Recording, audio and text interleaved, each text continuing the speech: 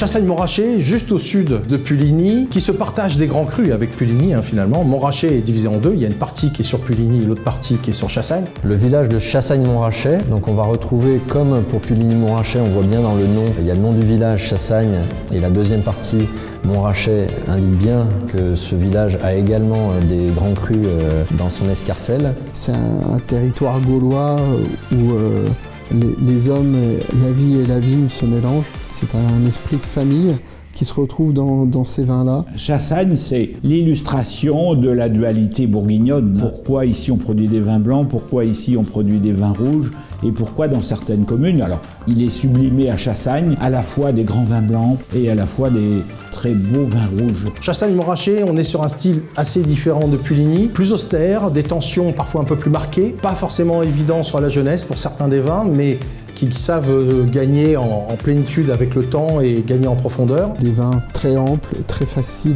à comprendre et avec une lecture de paysage magnifique. Des rouges notamment fort intéressants qui demandent quelques années pour la garde et qui offrent vraiment une belle panoplie d'arômes qui demandent entre 5 et 10 ans pour le vieillissement. Chassagne-Montrachet est caractérisé par des vins assez cossus, assez amples, avec beaucoup de matière. Très souvent la structure un peu plus grasse, un peu plus beurrée, et l'aromatique très basée sur le beurre frais et le fruit jaune. Un petit peu différent des Puligny-Montrachet, un peu moins ciselé, on a ce côté un peu plus enveloppé, plus gras, mais de même facture, c'est-à-dire qu'on va retrouver cette longueur en bouche, cette excellence et cette diversité d'arômes. Moi j'ai un petit faible quand même pour les grands crus justement côté Chassagne, entre autres Crillot par exemple, qui est peut-être un des moins connus parce que le plus petit, mais en revanche j'aime l'énergie qu'il y a dans Crillot, j'aime ce côté frais, élégant. Cette forme de rusticité, cette forme d'austérité ne me dérange pas, au contraire, ça fait saliver, c'est un côté un peu salin, et puis ça rebondit en plus avec la cuisine.